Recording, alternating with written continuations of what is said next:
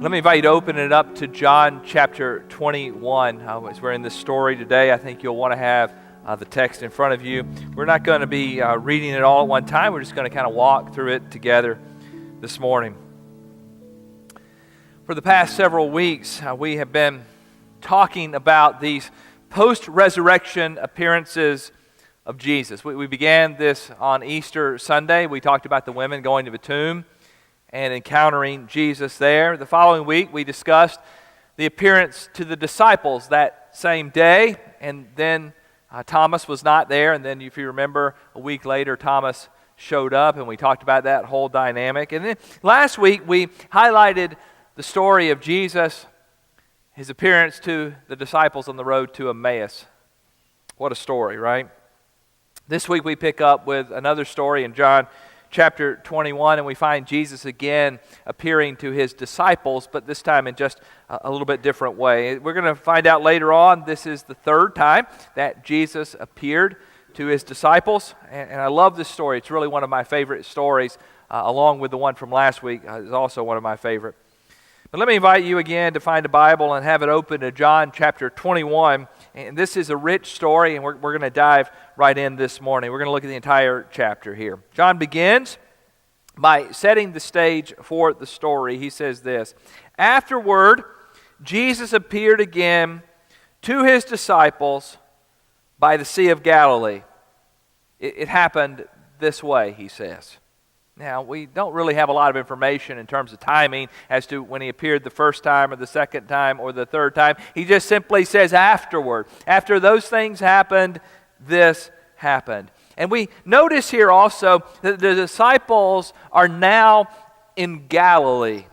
Now, if you remember, they were in Jerusalem, and if you look on a map, you'll see that Galilee is toward the north. Galilee is where Jesus began his ministry and where he spent most of his ministry. He called the disciples out of that region of Galilee, and the Sea of Galilee is kind of a central part of that region. They've been down in Jerusalem. Jerusalem is where Jesus was crucified, where he appeared to them the first and second time, and now they've made their way back to Galilee. Now you might be saying, well, why did they go to Galilee? And if you remember, Jesus told the women at the tomb in Mark chapter 16, "Go and tell his disciples and Peter that he, Jesus, is going ahead of you into" where?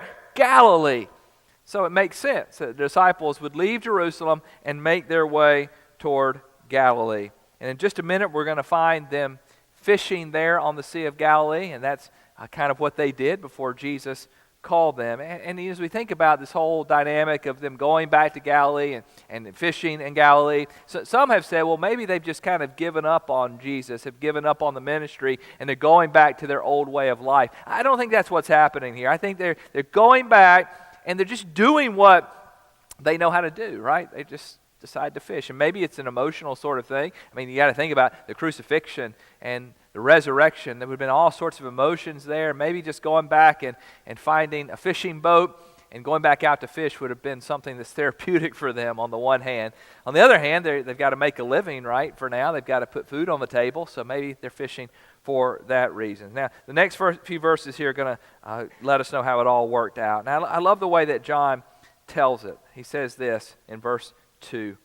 "Simon Peter, Thomas, also known as Didymus, Nathanael from Cana in Galilee, the sons of Zebedee, and 2 other disciples." Now, if you count there are 7 disciples mentioned there.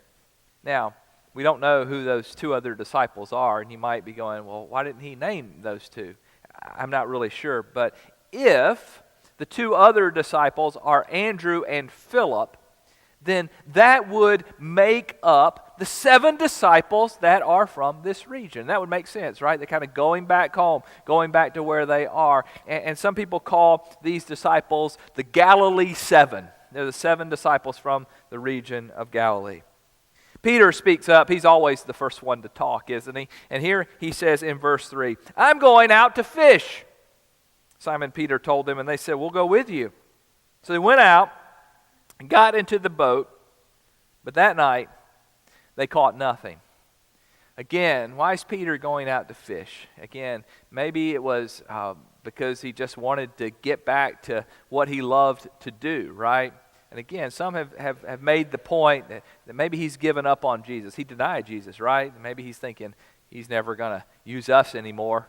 But again, I don't think that's the case. I think what's going on here is that they're just out fishing. They're just out getting some food. They're out doing what they know how to do best. And they go out at night. And if you know much about fishing on the Sea of Galilee, you'll know that night is a good time to fish. And so that's when they go out to fish. But this particular night, they had no success. Now, again, a long, ineffective night of fishing. They must have been tired. And then we see the sun coming up in verse 4. Early in the morning, Jesus stood on the shore, but the disciples did not realize that it was Jesus. So you got the disciples out in the boat, they're fishing, no success, and Jesus appears on the shore. They don't know that it's Jesus. A lot like the Emmaus Road disciples did not know that Jesus was walking with them. They don't know that it's Jesus on the shore. And then Jesus speaks in verse 5. He called out to them, "Friends, haven't you any fish?" "No," they answered. Can you imagine the conversation? "No luck, yeah? Tough night. Yeah, nothing out here tonight," they yell back. And then Jesus offers a suggestion in verse 6. He said, "Throw your nets on the right side of the boat and you'll find some." Now, first century fishermen were not known for taking advice from strangers, okay? I mean, they were pretty stubborn people, right? And even the advice that Jesus gives them really doesn't make a lot of sense. I mean, they've been fishing all night, right? And they just fished on the wrong side of the boat. Come on, right? You got to think they'd be going, "Yeah, right." But somehow, there's authority in Jesus' words. "Hey guys, throw your net on the right side of the boat and you will catch fish." I'm not sure why they listened to him. Maybe there was something about the way that he addressed them. Kind of a he knows what he's talking about tone in his voice. It might be worth mentioning that the Greek word that is translated friends in the text is a word that's sometimes translated as children or boys. You see, so Jesus is kind of talking down to them like he's speaking to them in a sense of authority. And maybe that kind of caught them off guard. Maybe thinking, maybe this guy really knows what he's talking about here. But to them, he's only a stranger at this point, and so, again, we're not entirely sure why they listened to him, but they do. Look at verse 6. When they did, they were unable to haul the net in because of the large number of fish. Maybe they thought, why not? Let's give it a try. And when they put the net on the other side of the boat, John tells us they could hardly get in all of the fish. Now, we've got to remember what all these guys have seen and experienced over the last 3 years, right? On more than one occasion, they've been tested. On more than one occasion, they've seen Jesus do impossible things. And so as they're pulling in this net full of fish, it just feels like a miracle, doesn't it? It is a miracle, really. And John, he refers to himself as the disciple whom Jesus loved. In fact, if you're reading John and you see that phrase, the disciple whom Jesus loves, John's talking about himself here. And maybe he thinks to himself, this just feels like Jesus. Wait, maybe it is Jesus. And we've said things like this, haven't we? Have you ever been involved in something and you say, that was really a God moment, right? Or I could see God's hand all over that. You've had experiences like that, haven't you? That's kind of what's going on here. John 21 verse 7 says, Then the disciple whom Jesus loved said to Peter, It's the Lord. It's Him. Look at Peter's response. As soon as Simon Peter heard him say, It is the Lord, he wrapped his outer garment around him, for he had taken it off, and jumped into the water. Peter grabs his outer garment and wraps it around him. John tells us he's taking it off in order to fish. Now, I don't know about you, but if I'm jumping in the water, swimming to shore, I'm taking clothes off, not putting the clothes on, right?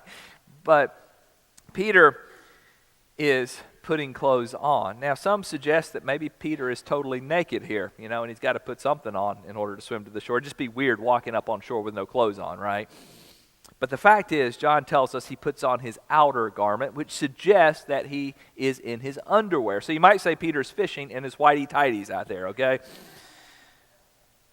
He grabs his outerwear and puts it on, and those days it probably would have been a robe. He probably would have pulled the robe up between his legs, maybe even tied it around his waist so that he could have his feet ready to swim, and he jumps into the water. Don't you love Peter's passion? His act now, think later approach. He's not thinking about the boatload of fish. All he's thinking about, that's Jesus on the shore, and I've got to get to him as fast as I can. Peter heads to the shore. He leaves the rest of the disciples there with all the fish. They have to do the work of getting the boat in. Look at verse 8. The other disciples followed in the boat, towing the net full of fish, for they were not far from the shore, about 100 yards, about a football field distance from the shore to where they are in the boat. Peter's swimming in, and the disciples are coming along in the boat. Can't you feel the excitement in the air? Everyone is eager to see Jesus, to talk to him. Their unfruitful fishing trip has now turned around into a very successful fishing trip, and now Jesus on the shore. By the time they land on the shore, Jesus is already there with a fire lit, fish cooking, and bread. Verse 9 says, when they landed, they saw a fire burning coals there with fish on it and some bread. Now you might imagine the response of the disciples here. Here's the resurrected Jesus right before them. There's been some time since their last encounter with Jesus, although we don't know exactly how long. I'm sure they had more questions. They've been thinking about this whole deal. It all been sinking in. And they probably want to talk to him again. I'm sure that they've missed seeing Jesus every day. I mean, think about it. They were with Jesus every day for 3 years, and now they've been without him for some period of time and probably have missed him, have missed walking around with him, hearing his stories, watching him perform miracles. Maybe even this miracle rejuvenated their energy for ministry. Maybe it reminded them of their daily lives with Jesus. It's also worth noting that Jesus is once again serving his disciples, isn't he? He's sitting there preparing a meal for them. And he invites them, hey, guys, bring some of your fish in. He says in verse 10, Jesus said to them, bring some of the fish you've just caught. And in the next verse, Peter finally seems to pitch in. I imagine the dialogue going something like this. Hey, Peter, you left us out there in the boat, and we had to haul all the fish in, so you get your tail down here and help us get these fish off the boat and up onto the shore. And Peter finally gets it together, and he goes down and helps them out. Verse 11, so Simon Peter climbed back into the boat, dragged the net ashore. It was full of large fish, 153. But even with so many, the net was not torn. Now some people have said, well, maybe that 153 means something, right? And they've got all kinds of theories about the symbolism of the number 153. Now, after reading about this a little bit, I'm not sure that there is a symbolic meaning of that number. I think that's just how many fish there were. And fishermen count fish, right? I mean, how many of you go fishing? Anybody go fish? Yeah, how many of you count your fish? Yeah, I caught this many, right? You know, you're a fisherman. That's what they do. And they're thinking there's 153 fish there.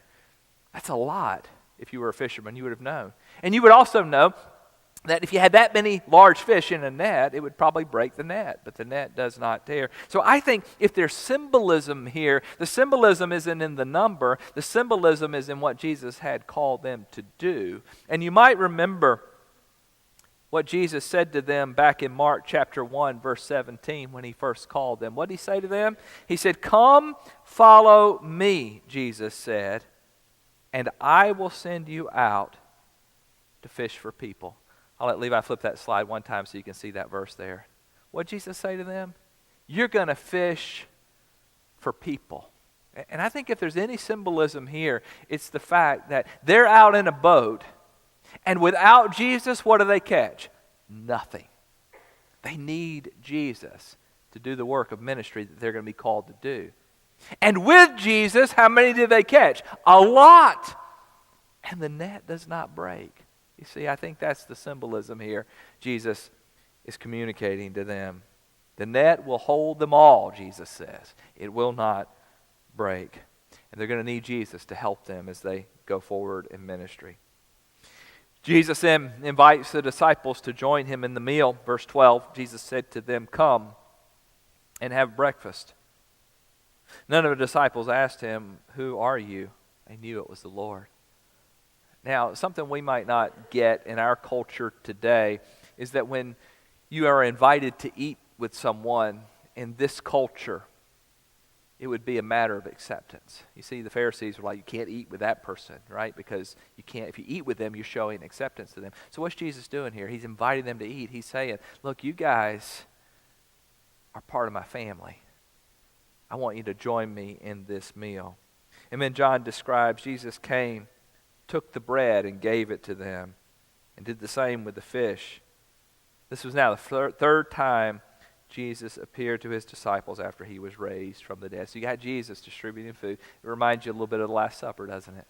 He's breaking the bread. He's giving it to them. He's accepting them. Again, they probably on one hand feel like failures because they abandoned him, right, when he was to be crucified. They left him. Peter denied him. Thomas doubted him. I mean, they've got all of these things that they probably feel inadequate to be who God has called them to be, but yet Jesus is saying to them, I'm accepting you, I'm inviting you in. As we consider them sitting there with Jesus, it's worth mentioning that the location is important. Here, where are they? They're on the shore of the Sea of Galilee. This is the same place that Jesus had called them years earlier. Guys, leave your fishing boats. Come follow me, and I'll make you fishers of men. See, it's the same place, and the sea air blowing probably reminded them of that encounter 3 years before. But much has happened since then, hasn't it? They left their fishing boats and they went to follow Jesus, and they walked around with him for 3 years, and they watched him do incredible things. They watched him perform miracles. They heard his sermons. He began to talk to them about this kingdom that he's come to establish. And again, they're beginning to get a little bit of it, but they don't quite get it all. And at the same time, they had really utterly failed Jesus. Peter, the one who said, "I'll never deny you," denied him 3 times. But yet Jesus is inviting them in to eat. Thomas, who said, "I won't believe unless I can stick my hand into his hand, my hand into his side." And Jesus showed back up, remember? And he said, "Here, Thomas, check it out for yourself." He'd failed. But Jesus again is inviting him in. James and John, who argued about who would be the greatest in the kingdom. Jesus says to them, "Come on, have some fish, have some bread."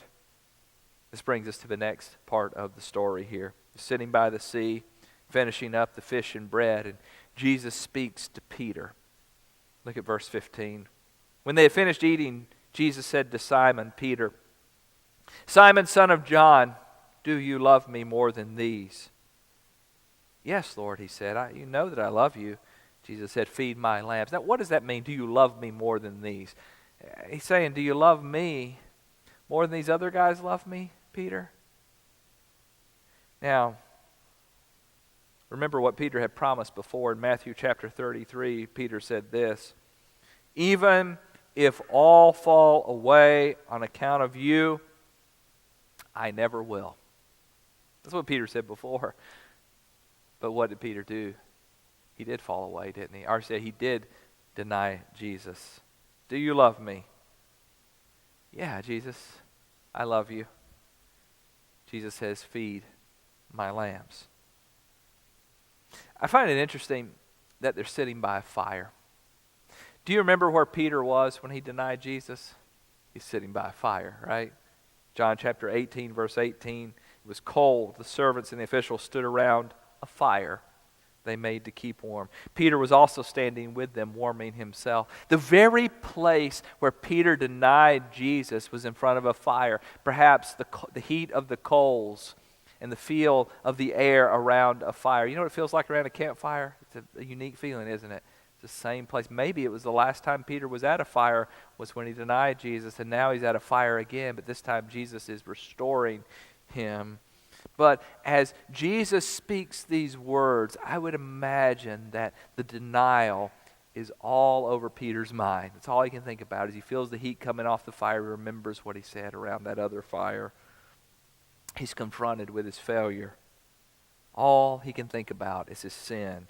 But Jesus is bringing his sin to the surface so that he can restore him. Again, Jesus said, "Simon, son of John, do you love me?" He answered, "Yes, Lord, you know that I love you." Jesus said, "Take care of my sheep." 2 times. Same deal. He's thinking, why did he ask me again? He already asked me one time. He just asked me the same thing. And then he said the same thing basically at the end. Verse 17, the 3rd time he said to him, "Simon, son of John, do you love me?" Are you kidding, Jesus? 3 times? I mean, you've already asked me once, and it was kind of weird when you asked me a 2nd time, and now you're asking me a 3rd time. John comments here. John says in verse 17, Peter was hurt because Jesus asked him the 3rd time, "Do you love me?" He said, "Lord, you know all things. You know that I love you." Jesus replied, "Feed my sheep." 3 times Peter denied Jesus in front of a fire. 3 times Jesus in front of a fire restores Peter. He gets it, right? Begins to make sense. Oh, that's why he asked me 3 times. Peter may have been hurt, but Jesus had a purpose here. Now, notice Peter here. He's not bold and brash as he was before. "I'll never deny you, Jesus. They can all fall away, but I'm with you." It's not that way at all. Peter's humble now, isn't he? Peter says, "You know all things. You know I love you. You know I failed you." You can see the humility in Peter's words. Just in case anybody thinks Peter is disqualified because of his failure, Jesus instructs him a 3rd time, "Feed my lambs." You see, Peter's going to play a key role in the establishment of the church. He's going to lead this unlikely group of disciples to do what only they could do through the power of the Holy Spirit. Peter is fully restored. Jesus then points Peter toward his calling. The next words must have been difficult. Look at verse 18. "Very truly I tell you." Now this is like saying, listen up, this is important. Now, if you didn't hear anything else, listen to what I'm saying now. That's what Jesus is saying now. "When you were younger, you dressed yourself and went where you wanted. But when you're old, you'll stretch out your hands and someone else will dress you and lead you where you do not want to go. Very truly I tell you." And then Jesus describes Peter being led where he does not want to go. And just in case we don't know what Jesus is talking about here, John fills us in. Verse 19, Jesus said this to indicate the kind of death by which Peter would glorify God. And then he said to him, "Follow me." You know, we don't know the details, but we know from tradition, very reliable tradition, that Peter was crucified somewhere in the early 60s under the Emperor Nero. And as Peter would be led to his death, he would, I bet, recall these words of Jesus. "One day, Peter, you're going to have another chance. One day, Peter, your faith is going to be tested. Peter, follow me." That's what he said to him before, right? And Peter failed. But the next time, he would not fail. He would follow him. He would stick with him all the way to the end. Now, the disciples have come a long way, haven't they? They're beginning to kind of get this picture of what it means to follow Jesus, but they're not quite there yet, okay? The next few verses highlight this reality. Look at verse 20. "Peter turned and saw the disciple whom Jesus loved, was following them. This was the one who would lean back against Jesus at the supper and had said, 'Lord, who is going to betray you?'" This is John, okay? When Peter saw him, John, he asked, "Lord, what about him?" He's like the older sibling, right? Asking, "What about her? Is she going to be punished too?" Right? What's he going to get? That's the question, right? Peter's very human here. But Jesus calls him out. Jesus lets him know that this looking around and checking out what's happening to others is not what it means to follow Jesus. Jesus answered, if I want him to remain alive until I return, what is that to you? You must follow me. In other words, Peter, quit worrying about everybody else. Follow me. Aren't we like Peter sometimes? We're looking around at everybody else. What's God doing for that person? What's God calling that person to do? What kind of accolades is he getting? What kind of praise is she getting? We're all the time doing that, aren't we? And Jesus says, that's not what it means to follow me. When you follow Jesus, you're just focused on Jesus. All you care about is what he cares about, not about everybody else. And then John tells us, because of this, verse 23, the rumor spread among the believers that the disciple would not die. But Jesus didn't say that he would not die. He only said, if I want him to remain alive until I return, what is that to you? John wants to kind of clear up any misunderstandings here. He wants us to know Jesus did not predict that John wouldn't die. He just simply said, Peter, that's not for you to worry about. As we conclude this story, the Gospel of John here, really this is the conclusion of this Gospel here. Let's read the last couple of verses together, and these verses give us insight into the gospel and really the limitations of John's work. Look at what it says in verse 24. This is the disciple who testifies to these things and who wrote them down. We know that his testimony is true. In other words, John's signing his name. Okay, all the stuff I've been telling you about, it's true. I'm signing my name to it here. And then I love what he says next. Look at verse 25. Jesus did many other things as well. If every one of them were written down, I suppose that even the whole world would not have room for the books that would be written. Isn't that a fascinating verse? John says, I don't have enough ink. I don't have enough paper. I don't have enough books to write it all down. In fact, we don't have enough room to store all the books. The whole world would not have enough room to store all the books if I wrote down every story. Isn't this a fascinating thought to think of this? I can't wait to get to heaven one day and find out about these other stories, right? John selectively wrote down the things that he thought we would need to know, but there's all kinds of other stuff that we don't know. Isn't that cool? So much more. As we close the story this morning, let's think about what this means for us. It's easy to look at a story like this and to read it and to say, well, that was really cool, or what happened was really neat. But what does it mean for us today? What does it teach us about how we live out our faith here in 2018? First of all, I think it's important to understand in this story that Jesus does not leave the disciples and he does not leave Peter in their failure, does he? He pulls up their failure. He exposes it. And then he restores them. And that's important that we understand that as Christians, that our sin is not something that we can simply ignore. The disciples didn't come to the seashore that day and just pretend that nothing happened. They knew. Jesus knew. And Jesus brought it to the surface so that he could heal.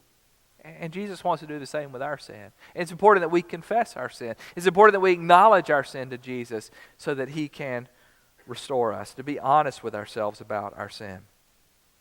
Secondly, we learn from this story that Jesus deeply desires to restore us, that there's not anything that we can do that would disqualify us from being a part of the family of God. Jesus wants us to be restored. He wanted his disciples to be restored. Now, you would think that if you were Jesus, you would think, man, couldn't these guys have done a little bit better, right? I mean, they just seem to miss the mark everywhere. But Jesus has grace, his acceptance, has love for them. And I think too often we think that if we participate in a particular sin or we go down a road where we've made poor decisions, that God doesn't want to use us anymore. He can find somebody better. The message of this story is that God desperately wants to restore us. He wants to bring our sin to the surface. He wants to bring healing and restoration. And he wants to empower us to be all that he's called us to be. These disciples in the years ahead will do some extraordinary things. As the Holy Spirit comes, as we'll be talking about in a few weeks from now, when Pentecost happens, the Holy Spirit's going to empower them, and they're going to change the world. They're going to do incredible things. And I think we need to see that this morning, that these fishermen, a calling, 3 years of ministry. They really weren't much better off after that 3 years, but Jesus still had grace and still had mercy and restored them. And then they were ready to go at that point. You see, the final thing, too, that we can read into this story here and understand from this story is that following Jesus is not an easy road. Do you notice that?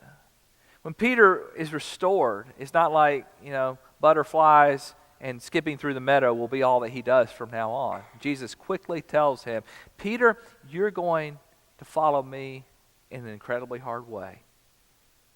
In essence, tells him you're going to be crucified.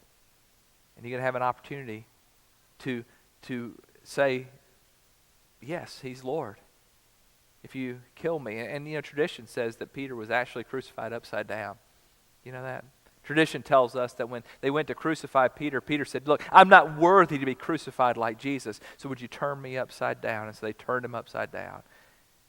And Peter went to his death confessing his faith. Too often we think, if you'll just be a Christian, everything will be perfect, right? And then it doesn't turn out that way. And people are like, well, I thought my life was supposed to be better with God. Well, yeah, your life will be better with God, but it will not always be easier. And if Peter would have simply remained a fisherman, his life would have probably been a lot easier for him. He may have grown to be an old man, right? But that's not what happened. He followed Jesus. It was hard, yes, but was it worth it? Certainly. As we read Peter's writings, we see no regret in his writings that following Jesus was worth it. What might God be saying to you this morning as we have read this story? It's a powerful story, isn't it? As we continue to reflect on this story, I'd like for you to see this video here.